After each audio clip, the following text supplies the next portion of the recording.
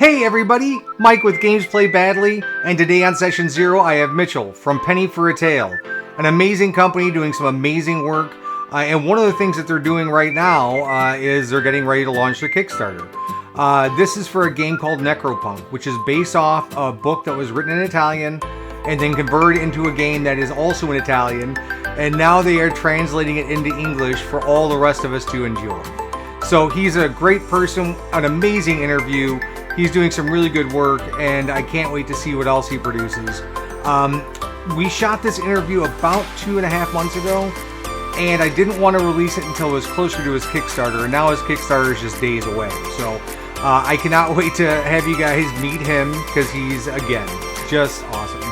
I do have a brand new shirt on, and it has a little message on it if you can read it. This is also a gemmed firefly creation. If you like the shirts that I wear and you want to purchase them for yourselves, go to gemfirefly.com, put in badly, BADLY 15 at checkout for 15% off your order. I can't wait for you guys to meet Mitchell. That interview starts now.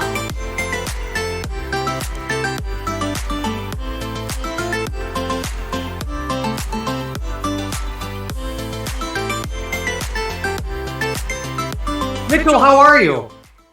I am doing splendid. It is a good Monday. This is usually my kind of half day off, so out of the week. So Mondays are kind of very special to me. Well, I appreciate you spending a little bit of that special time with me. Oh yeah, this is time off. This is perfect. Anytime I get to talk about my favorite hobby, is fun times. So as we were talking earlier, but so you're part of a kind of an umbrella group called Penny for a Tale. Yeah, the Penny for a Tale network, which does like creative development, writing, marketing, and then the creation of kind of actual plays and stuff on Twitch and YouTube. Very cool. So one of the things we were talking about was a product coming out called Necropunk, which is kickstarting sometime soon. Yes, so second week of May is our estimated arrival point or the apocalypse, so to speak. So yeah. So why don't you tell me more about Necropunk? Yeah, Necropunk is a kind of a TTRPG, post-apocalyptic, where set in the near future, the birth rate has dropped significantly, and people have just started dying in a higher percentage. And there's not really a causation or something that people can link to as to why. It's just humanity didn't go down with a big bang or anything spectacular, but more so a whimper. So the next like 30 to 100 years, humanity has kind of just trickled away, and what is left and what kind of the TTRPG focuses is Italy, specifically Florence, Italy, where thanks to a wonderful scientist from the UK, the science and medical advances have gotten to a place where we can reanimate corpses using kind of these machines and tech and everything to have them act as our labor force. So humanity is only able to continue in like the way that it is now because of them leaning on this labor force, which continues to like farm, clean up things, pretty much fulfill all the functions that are necessary for like our society to kind of flourish. So it's kind of it's very melancholy, because if you think about your someone close to you dying, and then that person being used then to then like chop wood for your family, and they, in order to kind of deal with the mental damage that someone might have when seeing your beloved reanimated in this fashion, they pretty much strip them of everything that is unique, and they tan their body. So it's really kind of these tanned skin mannequins walking about with steampunk machinery coming out of their back outside, just kind of taking care of society so humanity can focus on continuing. So yeah, it's a lot of dark spheres around it, but it's very unique and interesting. So this product was actually written and developed in Italy, and you guys have started translating it, right? Yeah, Valerio Amade, who did the original books. So these were novels that then Andrea Mamugi in Italy kind of transferred over to a TTRPG. Mm-hmm. They have 2 books. One of them I have with me right here, titled El Engranaggio. And yeah, we are done translating everything except for the second book. So by the time Kickstarter comes around, everything is pretty much done. What we're really kind of pushing is kind of more art, more stories, just easier ways for people to come in, as well as potentially a custom deck of cards that you can use with Necropunk. Very cool. So what's the gameplay like? Is it like a traditional like D20 type based game, or? So it is card-based game. So you can almost see it in kind of the back of the book. Let's see if I can show it off. And it probably a little bit. So this is the Italian version. So every kind of action can be attributed to a different suit, whether it's physical, mental, social, or something special to the character class that you have chosen. And every game starts with you drawing 6 cards from your own poker-sized deck.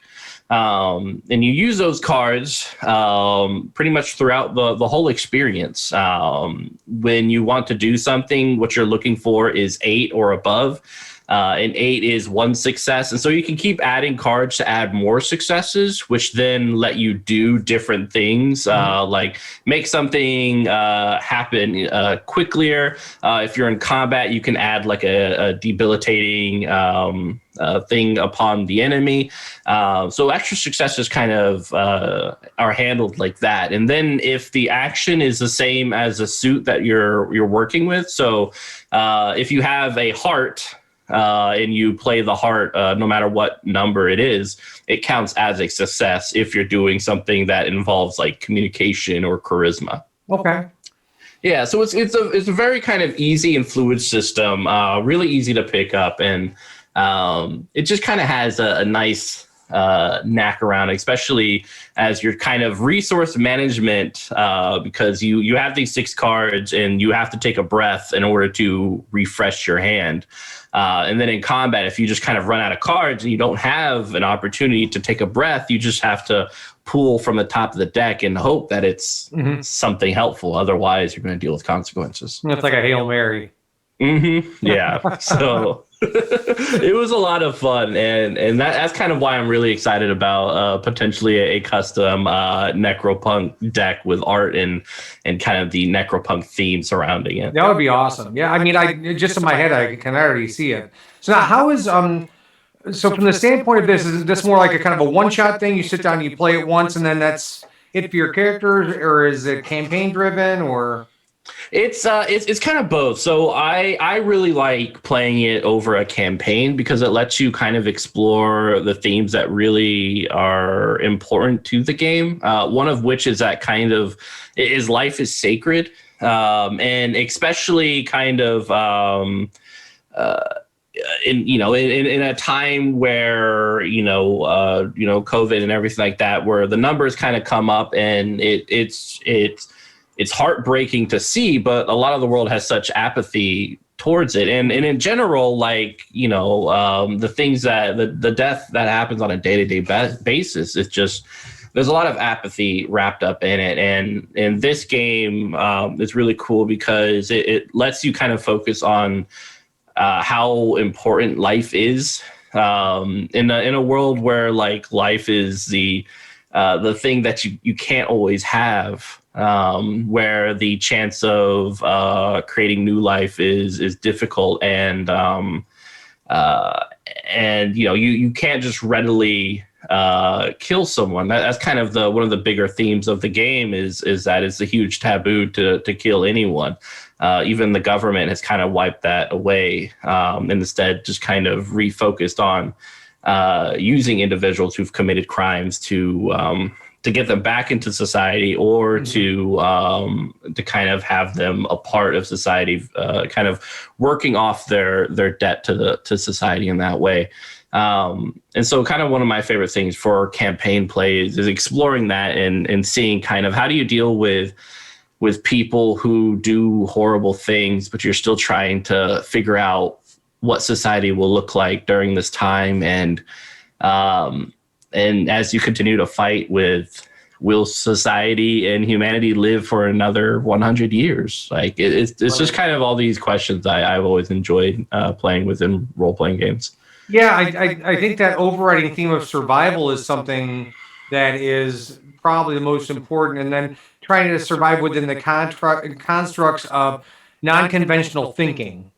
You know, as opposed as thinking, well, I'm just going to put somebody to death because they did something wrong, or that that fragility and uniqueness of life is, and the preservation of it seems to be, kind of the core theme of the game. Oh yeah, definitely. Very good. Now I want to play. Yeah, you should. So you said there's a second book. Are they all going to be? Is there like a player's handbook and like a narrator's guide, or? So the first book, Necropunk, will have everything the player and the GM needs to play. The second book has a collection of scenarios, as well as it goes into some of the locale to help flush out. So it's probably more geared towards the GM. Very good. But all of the books are written in a way that it presents itself like a short story. So for the player as well, it's really interesting to kind of read over it and just kind of figure out to get more into the world. Oh yeah, and the second book is called Dream Theater. Yeah, that pretty much explains it right there. Yeah. Yeah, it's gonna be really cool. We're halfway done translating Dream Theater, and so kind of catching myself up to where they are has been really cool. And I'm really excited to showcase both books, and so you'll be able to grab both in the Kickstarter. So from the standpoint, the Kickstarter is going to start in May. How quickly after the Kickstarter ends are you going to have stuff available? So pretty much 2 months afterwards, we'll be able to send the PDF, and then our hope is by the end of the year for physical copies to go out. Like I said, by the time Kickstarter rolls up, all the translation will be done. We'll just be going through the final edits, and edits have been pretty much completed on most of the work so far.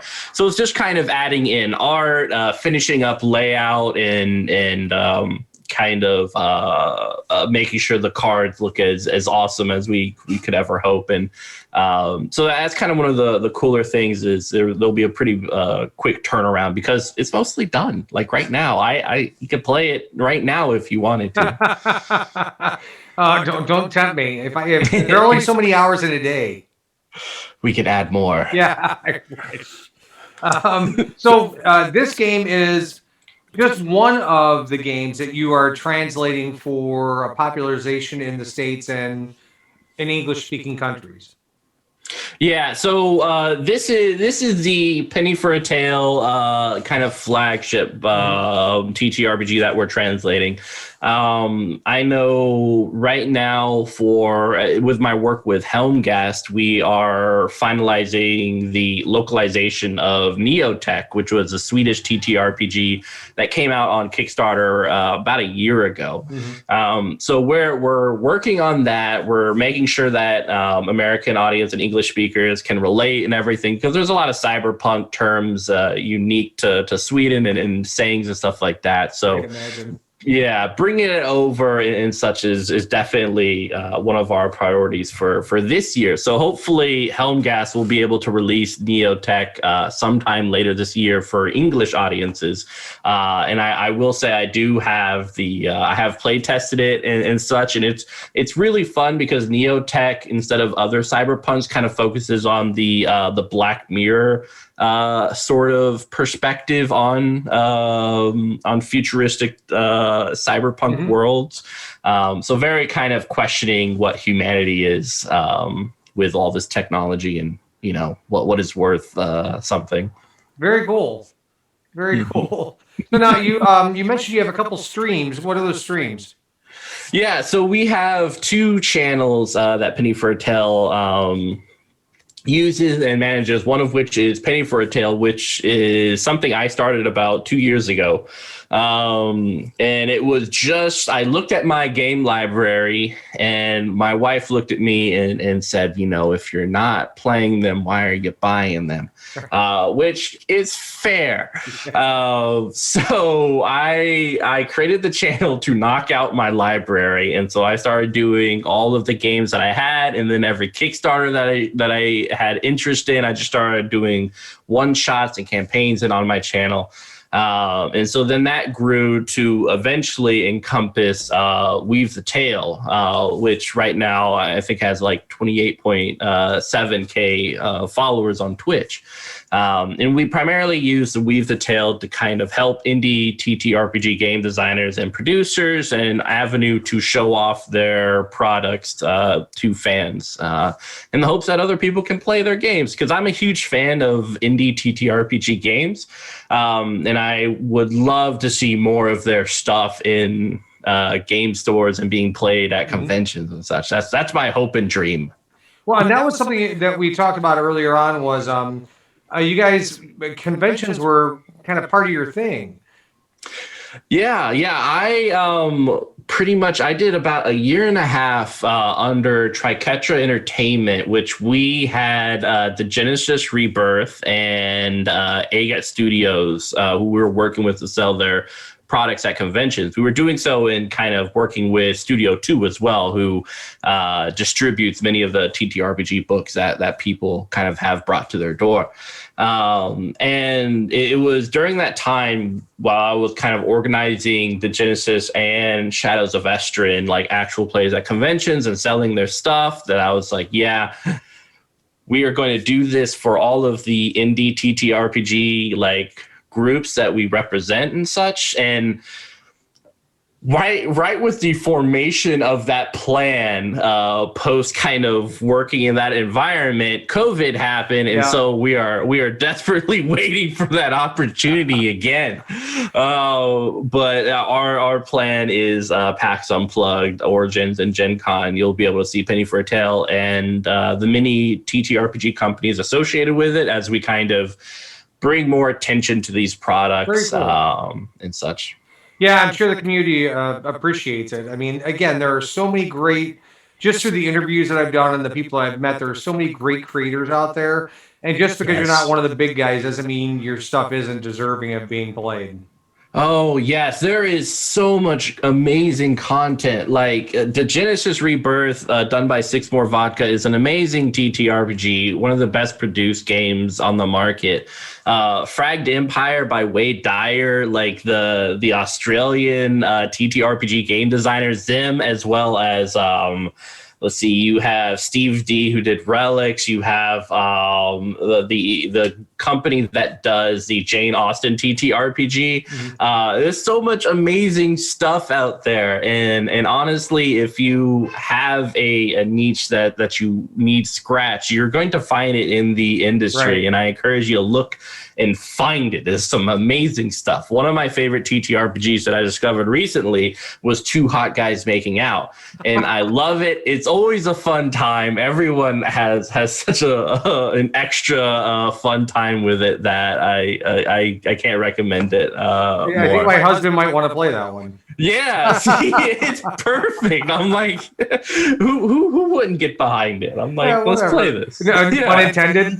Yeah, it's perfect. That's all great stuff. I mean, I love seeing when people are passionate about what's going on. I know that you were super excited about this from the standpoint of not only the game, but I'm excited about the translations, just because I think that it opens up a world for all of us that we never would have had before. Yeah, that's one of my favorite parts about the internet in the world, because I would never have discovered these people without it. And then I got to meet and talk to them, and now we talk like every week. And honestly, Andrea, who I've been talking to the most part, he and I have become like good friends, and I can't wait to like hug him when we can finally do so. He's great people. Yeah, that's kind of where I'm looking at from the standpoint of, meeting the people I've met through the interviews and through Twitter, is once we're actually able to go somewhere, maybe actually being able to go out and visit people and say hello and go to cons and hang out and maybe do some interviews on the floor of Gen Con and stuff like that. Like even more heartbreaking than your con tale was mine, which is I had two of my friends who'd never been to Gen Con. They just recently started playing D&D with me. We had this entire thing planned, had our Airbnb set up. We were ready to go, and everything takes a dive. Oh, that's so close. Well, hopefully next year. Yeah, you're right. Oh man, I keep like watching the updates. Like, come on, and obviously want to make sure it's all safe and everything. And I think everyone's just like super excited. The day when we can all meet safely together, there will be lots of drinking and there'll be lots of hugging. Yeah, right. So I be prepared, Gen Con. A quick way to get people vaccinated is if Gen Con says we're setting up a booth 2 months before Gen Con, everyone come down and get vaccinated. I can guarantee you every nerd across the country. Yes, we will everyone will be there. Like, honestly, it doesn't even matter how big the needle is. Like, just come at me. Like, yeah, right. We'll do it.